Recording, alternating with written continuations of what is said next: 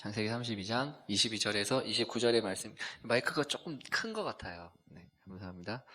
22장 22절에서 39절까지 저와 여러분이 한 절씩 교독하고 마지막 절은 같이 읽겠습니다. 제가 먼저 읽겠습니다. 밤에 일어나 두 아내와 두 여종과 11 아들을 인도하여 야복 나루를 건널세.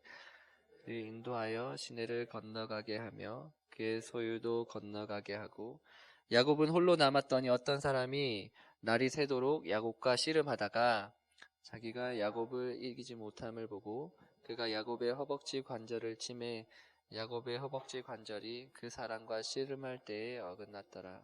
그가 이르되 날이 새려 하니 나로 가게 하라. 야곱이 이르되 당신이 내게 축복하지 아니하면 가게 하지 아니하겠나이다. 그 사람이 그에게 이르되 내 이름이 무엇이냐? 그가 이르되 야곱이니이다. 그가 이르되 내 이름이 다시는 야곱이라고 부를 것이 아니로 이스라엘이라 부를 것이니 이는 내가 하나님과 및 사람들과 겨루어 이겼음이니라. 야곱이 청하여 이르되 당신의 이름을 알려주셔서 그 사람이 이르되 어찌하여 내 이름을 묻느냐 하고 거기에서 야곱이 축복하니라. 그러므로 야곱이 그곳 이름을 브니엘이라 하였으니 그가 이르기를 내가 하나님과 대변하여 보았으나 내 생명이 보존되었다 함이더라. 그가 브니엘을 29절까지네요. 죄송합니다. 29절 마지막 말씀 한 번 더 같이 읽겠습니다. 야곱이 청하여 이르되 당신의 이름을 알려주소서. 그 사람이 이르되 어찌하여 내 이름을 묻느냐 하고 거기서 야곱에게 축복하니라. 아멘.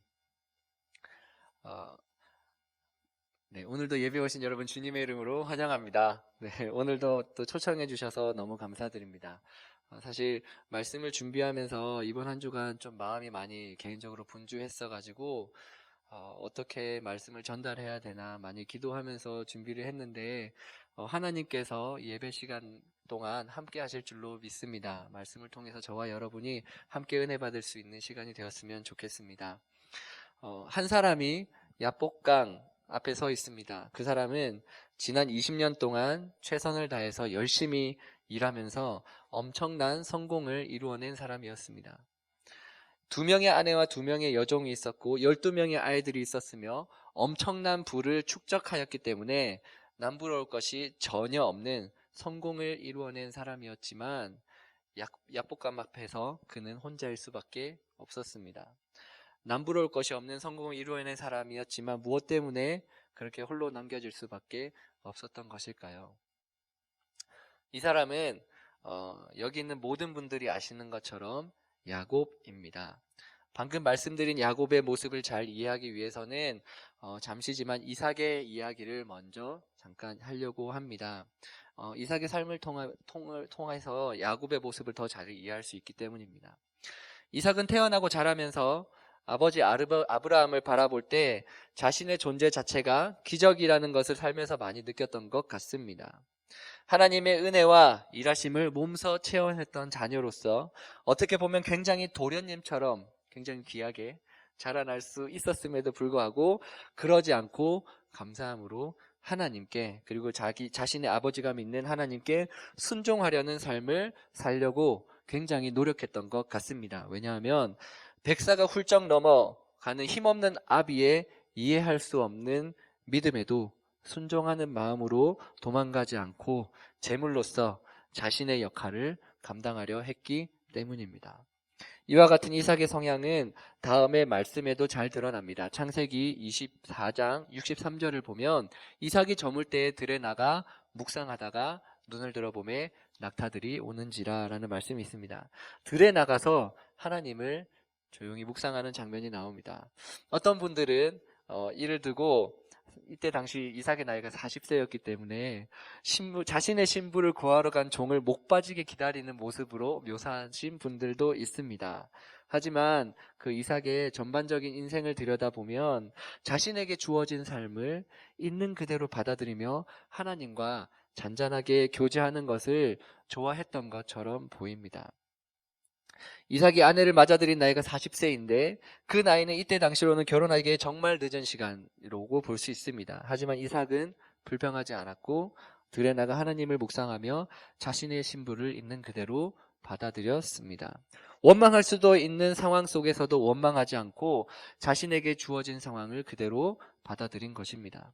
26장, 창세기 26장은 소위 이삭장이라고도 합니다.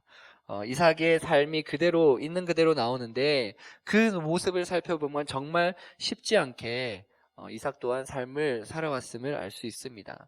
하나님께서 거주하라고 했던 약속의 땅인 가나안 땅에서 거주하였음에도 흉년을 경험해야 됐고 그 때문에 그랄 땅으로 내려가서 살아야 했지만 정말 이쁜 아내로 인해서 자신이 죽을까봐 또한 누이로 속이고 남들의 눈치를 보며 그렇게 살아가야 했습니다. 다행히 하나님께서 이삭에게 100배의 결실을 주셨지만 이로 인해 블레셋 사람들의 시기를 한 몸에 받아야 했고 수많은 양과 소가 있었기 때문에 우물이 굉장히 중요함에도 불구하고 우물을 놓고 벌어지는 갈등마다 다툼을 피하면서 새롭게 우물을 다시 파며 살았습니다.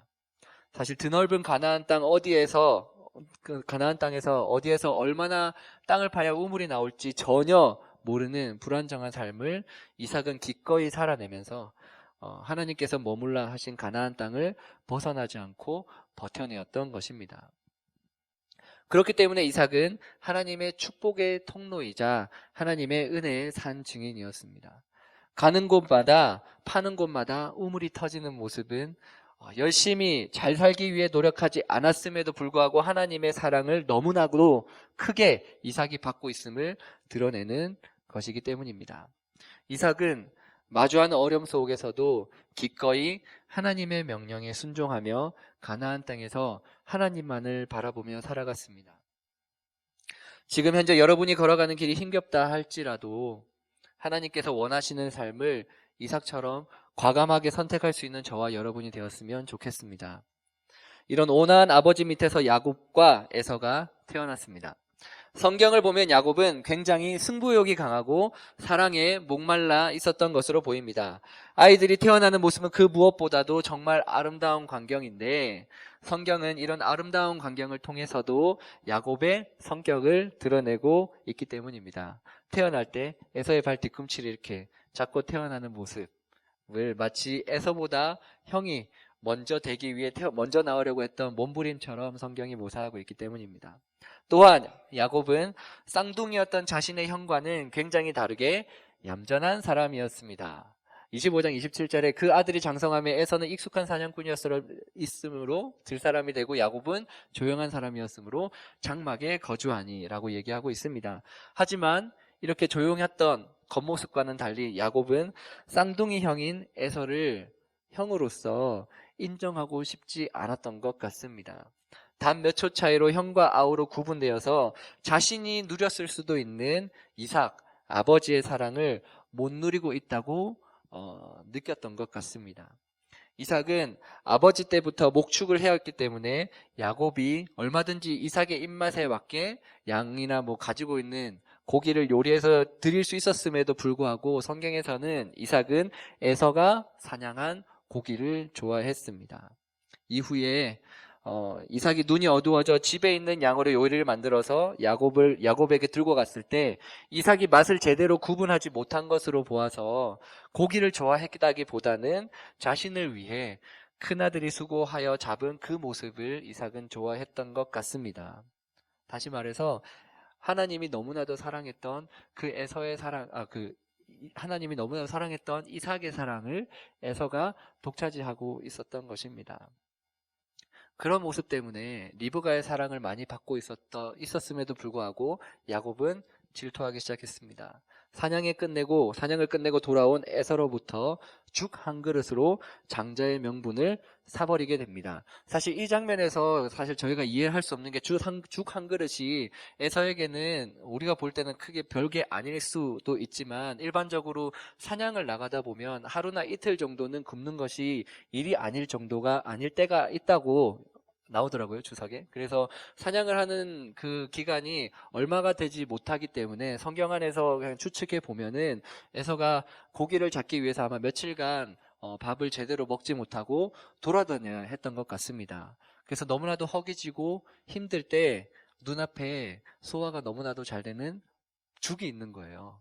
그러다 보니까 에서가 자기의 장자의 명분을 야곱에게 기꺼이 내어주고 이것을 먹게 되는데, 사실 이 장면이 조금 재미있는 사정이 있습니다. 에서는 붉은 털이 많기 때문에 에돔이라는 별명을 가지고 있는데, 야곱이 에서가 배고플 때 붉은 죽을 쏘아주면서 장자의 명분을 가져가게 되었습니다. 즉 에서의 장자의 명분을 가지고 오면서 동시에 에돔이라는 별명을 가진 에서를 붉은 죽으로 조롱하는 듯한 모습으로도 볼 수 있기 때문입니다. 이런 장면들을 보면 야곱은 에서를 그렇게 좋아하지 않았던 것 같습니다. 그리고 어느덧 이삭이 나이를 먹고 하나님께 부름을 받은 날이 얼마 남지 않았다는 것을 직감하게 되었을 때, 이삭은 조용히 에서를 불러서 나를 위해서 고기를 잡아와라 라고 말씀합니다. 그래서 에서에게, 자기가 사랑하는 아들 에서에게 축복하고자 그렇게 하려고 준비하고 있었는데, 그 이야기를 마침 옆에 있는 리브가가 들은 거예요. 그래서 리브가가 야곱에게 이거 너가 축복받아야지 하면서 이삭을 속이기로 결정하고 분장을 해서 이삭의 축복을 받아내는데, 이와 같이 이삭이 축복을 하였습니다. 이거 같이 한번 읽어보겠습니다. 함께 읽겠습니다. 그가 가까이 가서 그에게 입맞추니 아버지가 그의 옷에 향취를 맡고 그에게 축복하여 이르되, 내 아들의 향취는 여호와께서 복 주신 밭의 향취로다. 하나님은 하늘의 이슬과 땅의 기름짐이며 풍성한 곡식과 포도주를 내게 주기를 원하노라. 만민이 너를 섬기고 열국이 내게 굴복하리니 내가 형제들의 주가 되고 내 어머니의 아들들이 내게 굴복하며 너를 저주하는 자는 저주를 받고 너를 축복하는 자는 복을 받기를 원하노라.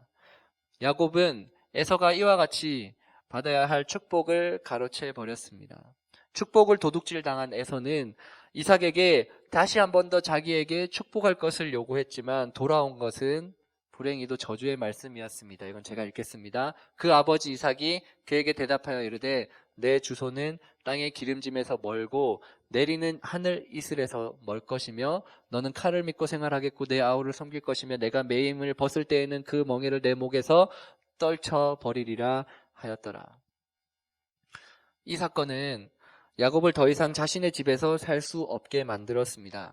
축복을 받기 위해 수고했던 에서에게 돌아온 것은 저주의 말이었고, 이전에 자신의 장자권을 붉은 죽으로 조롱하면서 빼앗아간 야곱을 미워할 수밖에 없었습니다. 에서가 야곱을 죽이기로 결심한 것을 리브가가 알게 되었고, 그것을 야곱에게 전하면서 자기의 형인, 자기의 오빠인 라반에게 야곱을 피신하기로 결정하였습니다. 사실 성경에 보면 몇 달만 피해 있으면 될 것처럼 얘기하면서 그 땅을 떠나가지만 자신의 고향으로 야곱이 다시 돌아오기까지 20년이 걸리게 될 줄은, 그리고 그렇게 작별한 사랑하는 어머니 리브가의 모습이 마지막 모습이 될 줄은 꿈에도 생각하지 못하였습니다. 야곱은 분명하게 잘못을 저질렀습니다. 아버지를 속이고 에서가 받을 축복을 가로챘기 때문입니다. 하지만 이상한 것은 하나님께서는 그런 야곱을 축복하셨습니다. 사실 이 부분에서 제가 좀 걸려가지고 무엇 때문에 하나님께서 야곱을 이와 같이 축복했을까 굉장히 고민을 많이 했는데, 고민을 하다가 이제 성경에서 이런 말씀이 있더라고요. 그 앞에 창세기 25장 23절에 이와 같은 얘기가 있습니다. 여호와께서 그에게 이르시되, 여기서 얘기하는 그는 이삭입니다. 이삭에게 이르시되, 두 국민이 내 태중에 있구나. 두 민족이 내 복중에서부터 나누이리라. 이 족속이 저 족속보다 강해졌고 큰 자가 어린 자를 섬기리라 하셨더라. 이것은 야곱과 에서를 리브가가 배웠을 때 하나님께서 이삭에게 했던 말씀입니다. 비록 이삭이 에서를 너무나도 많이 사랑하였지만, 그래서 에서에게 축복을 하고자 너무나도 원하였지만, 상황이 이렇게 돌아가면서 이삭이 축복을 받은 것을 알게 되자 그때 아마 이때의 말씀, 하나님께서 이렇게 말씀하셨던 것이 기억이 난 것 같아요. 그래서 본인이 기도했던 그런 축복의 기도를 무르지 않고 그대로 유지했던 것입니다. 그래서 저는 이 장면을 바라보면서 야곱이 정말 비록 축복권을 가로챘음에도 불구하고 하나님께 은혜를 받을 수 있었던 것은 야곱이 축복을 너무나도 사모해서가 아니라 하나님을 향한 이삭의 신뢰와 믿음 때문에 야곱은 자신의 형을 속이고 범죄하였음에도 하나님의 도움을 받을 수 있었다라는 결론에 다가가게 됐습니다. 그리고 그와 비슷한 성경의 말씀을 좀 찾아보니까 부모님들의 자식을 향한 기도, 그 부분을 좀 찾아봤거든요. 그러다 보니까 아브라함의 소돔을 향한 기도, 그래서 롯이 소돔 땅에 살고 있을 때 소돔을 하나님께서 멸망시키겠다고 선포하고 있을 때 아브라함이 하나님께 간구합니다. 50명, 40명, 30명, 20명, 10명이 있더라면, 의인이 10명이 있다면 멸망시키지 말아주세요. 그리고 하나님은 그런 아브라함의 간구를 들으시고 그대로 행하고자 결심하십니다. 그리고 솔로몬이 하나님 아버지 앞에 범죄하였을 때 하나님께서는 그런 범죄하였던 솔로몬을 즉시 치지 않고 그의 아버지 다윗을 기억하며 그가 죽을 때까지 내버려 두었던 하나님이 곧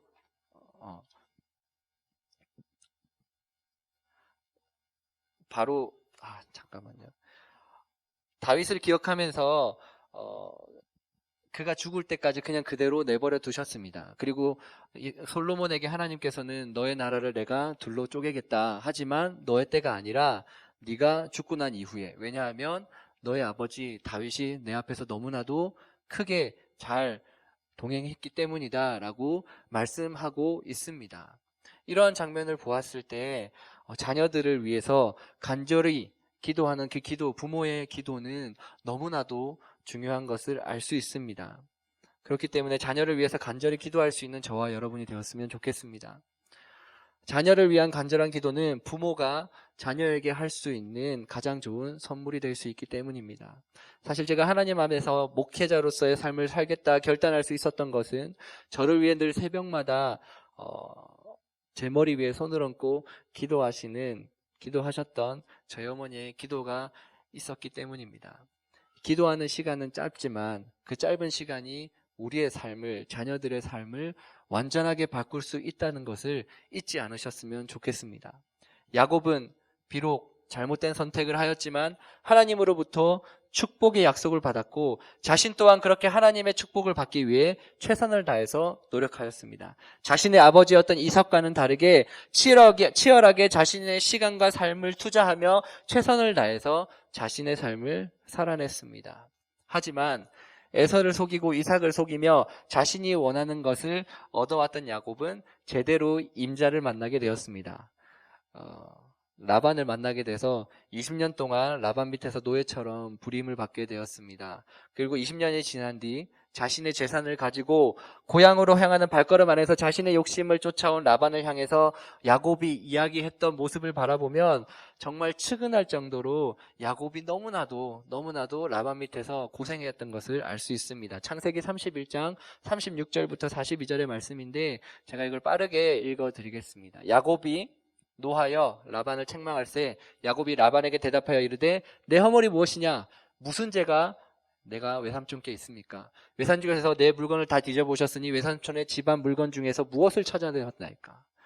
여기 내 형제와 외삼촌의 형제 앞에 그것을 두고 우리 둘 사이에 판단하게 하소서. 내가 이 20년을 외삼촌과 함께 하였거니와 외삼촌의 암양들이나 암염소들이 낙태하지 아니하였고 또 외삼촌의 양떼의 순양을 내가 막지 아니하였으며 물려 찢긴 것은 내가 외삼촌에게로 가져가지 아니하고 낮에 도둑을 맞았든지 밤에 도둑을 맞았든지 외삼촌이 그것을 내 손에서 찾았으므로 내가 스스로 그것을 보충하였으며 내가 이와 같이 낮에는 더위와 밤에는 추위를 무릅쓰고 눈 붙일 겨를도 없이 지냈나이다. 20년 동안 이렇게 얘기하고 있습니다. 정말 야곱이 보내야 했던 그 20년의 시간은 전혀 예상하지 못한 고난의 시간이었습니다. 특별히 자신을 너무나도 사랑해 주었던 어머니 리브가의 임종을 제대로 지켜보지 못했기 때문에 야곱에게 있어서 이 시간을 견뎌내는 것은 너무나도 힘들었을 것입니다. 하지만 야곱은 이러한 고난의 시간을 통해서 하나님을 제대로 만날 수 있었습니다. 창세기 31장 42절 이 말씀을 우리 같이 한번 읽어보겠습니다. 함께 읽겠습니다. 우리 하나님, 아버지의 하나님, 아브라함의 하나님, 곧 이삭에 경외하는 이가 나와 함께 계시지 아니하였더라면 외삼촌께서 이제 나를 빈손으로 돌려보내셨으리이다 이다마는 하나님이 내 고난과 내 손의 수고를 보시고 어젯밤에 외삼촌을 책망하였나이다. 치열하게 살았던 그 시간들 속에서 조금씩 야곱은 하나님의 인도하심을 따라가기 시작하였습니다. 완전히 하나님을 의지하진 않았지만 처음에 자신의 지혜와 노력만을 믿고 머리를 굴리며 살아갔던 야곱의 모습을 바라보면 조금씩 하나님께 의지해가는 모습을 이 모습을 통해서 알 수 있습니다. 그리고 그 가운데에서 하나님께서 야곱에게 이와 같이 얘기합니다. 창세기 31장 11절 13절에 꿈에 하나님의 사자가 내게 말씀하시기를 나는 베델의 하나님이라 내가 거기에서 기둥에 기름을 붓고 거기서 내가 서원하였으니 지금 일어나 이곳을 떠나서 여기서 이곳은 라반과 함께 거주하는 곳입니다. 이곳을 떠나서 내 출생지로 돌아가라 라고 이야기합니다. 하나님께서 야곱에게 내 땅으로 돌아가라 라고 명령하였습니다. 그리고 야곱은 그 즉시 순종하였습니다. 그 즉시 짐을 다 싸들고 갔기 때문에 라반에게 인사도 안 하고 가서 그것 때문에 라반이 찾아온 거예요. 화가 나서. 그만큼 야곱은 그 즉시 하나님의 말씀에 순종해서 따라왔는데 그래서 하나님의 말씀에 순종했으니까 아마 고향에 돌아갔을 때 금이환영하면서 아마 에서가 많은 화가 풀려서 자기를 맞이해 줄 거야. 이제 드디어 아버지 이삭을 볼 수 있겠구나라는 부푼 마음을 품고 가기 시작했을 텐데 돌아온 것은 이와 같은 이야기였습니다. 창세기 32장 6절에 사자들이 야곱에게 돌아와 이르되 우리가 주인의 형 에서에게 이른즉 그가 400명을 거느리고 주인을 만나려고 오더이다 라는 얘기를 자기의 종으로부터 듣게 됩니다. 하나님의 말씀에 순종하고 과감하게 자신의 고향으로 몸을 틀었지만 들려오는 소식은 에서가 400명을 이끌고 자신을 만나기 위해 출발했다는 것입니다. 그리고 그 즉시 야곱은 너무나도 두려웠습니다.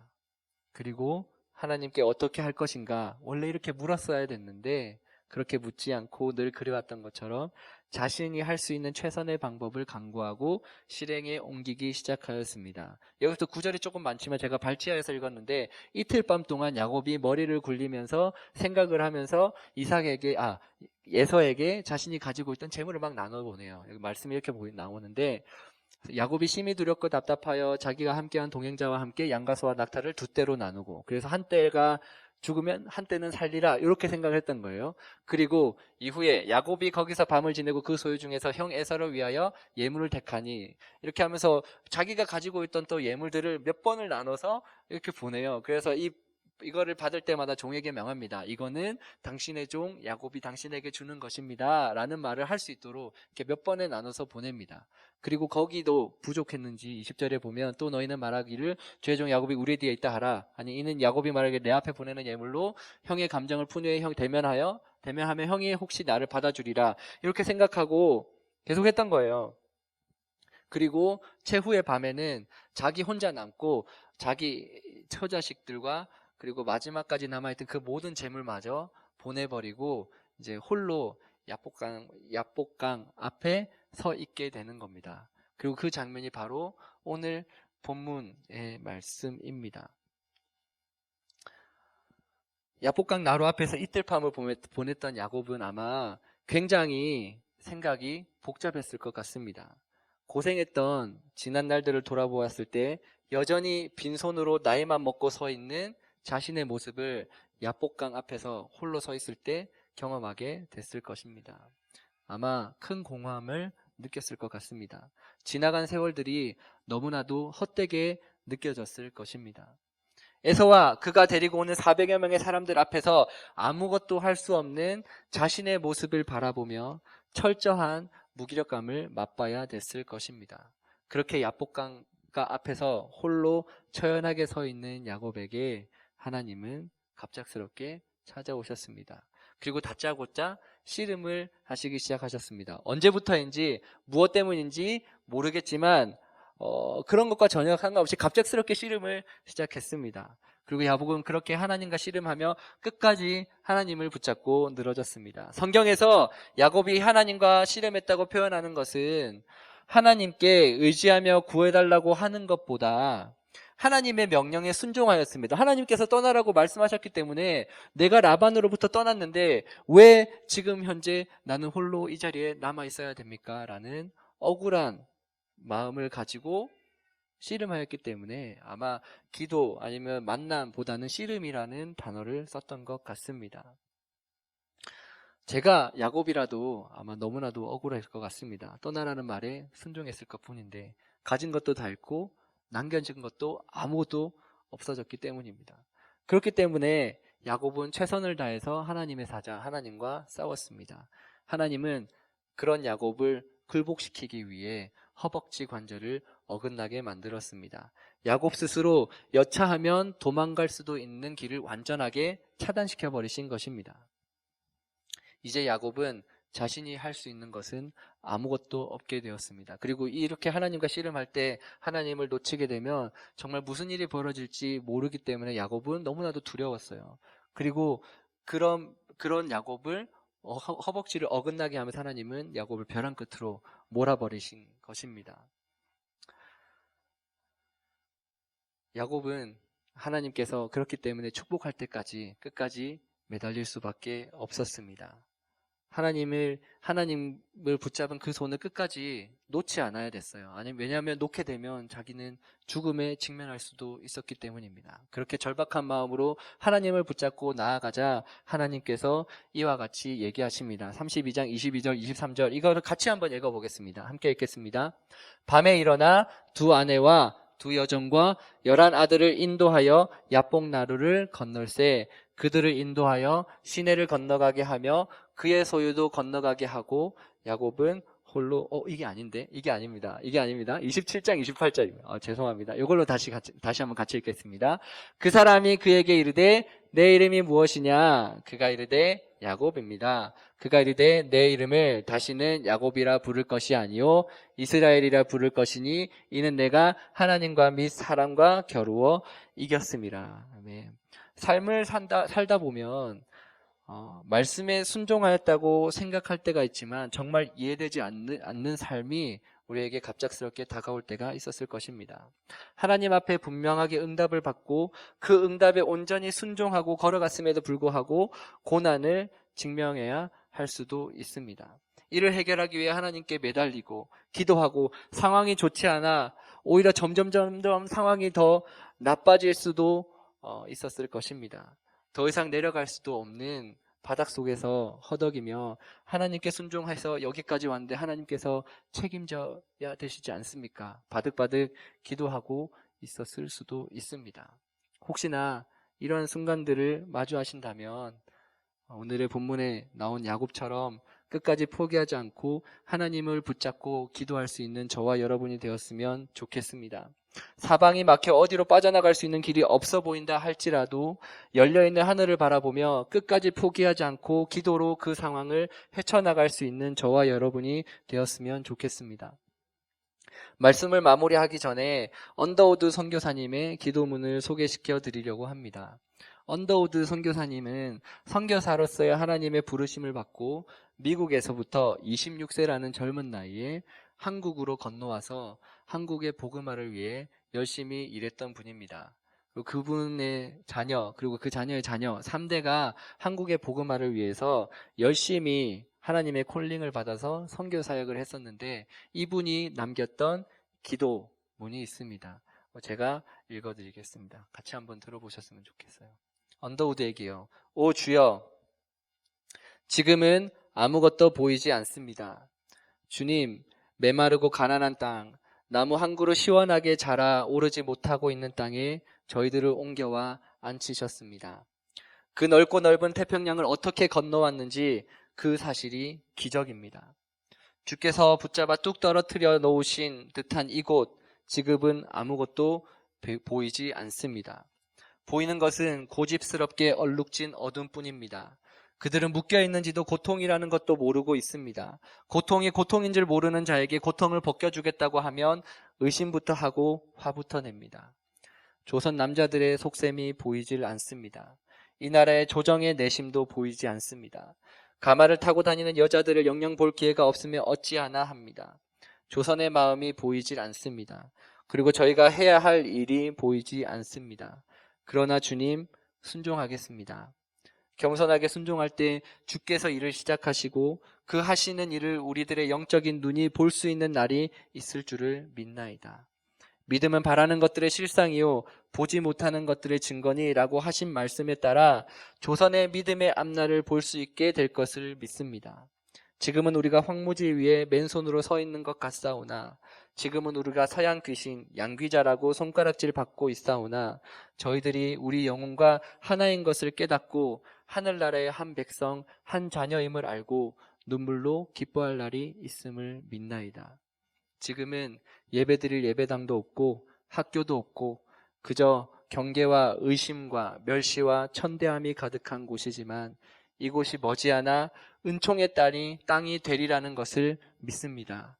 주여 오직 제 믿음을 붙잡아 주소서. 아멘. 주님의 부르심에 아멘으로 화답하여도 끝이 보이지 않는 어둠 속을 걸어야 할 순간들이 있을 것입니다. 하지만 그럴 때마다 야복강 앞에 홀로 서서 하나님과 씨름하는 야곱을 기억하셨으면 좋겠습니다. 그럴 때마다 보이지 않는 미래 속에서도 끝까지 포기하지 않고 복음의 씨앗을 뿌린 언더우드 선교사님의 기도를 기억하셨으면 좋겠습니다. 기도의 시간은 하나님을 알지 못하는 사람들이 보기에 너무나도 낭비되는 시간으로 보일 수도 있고 그렇기 때문에 바쁜 일상 속에서 우선순위에서 뒤로 밀리게 될 수도 있습니다. 하지만 그런 기도의 제목을 붙들고 하지만 기도의 시간을 거룩한 시간 낭비, 고귀한 시간 낭비라고 얘기했던 마르바던 목사님의 말처럼 기도의 제목을 붙들고 끝까지 기도할 수 있는 저와 여러분이 되기를 간절히 바랍니다. 홀로 주님을 대면하고 주님께서 응답하실 때까지 씨름할 수 있는 저와 여러분이 되기를 간절히 바랍니다. 그렇게 할 때에 아브라함의 하나님, 이삭의 하나님, 야곱의 하나님께서 여러분의 간절한 기도의 제목에 반드시 응답해 주실 것입니다. 아멘.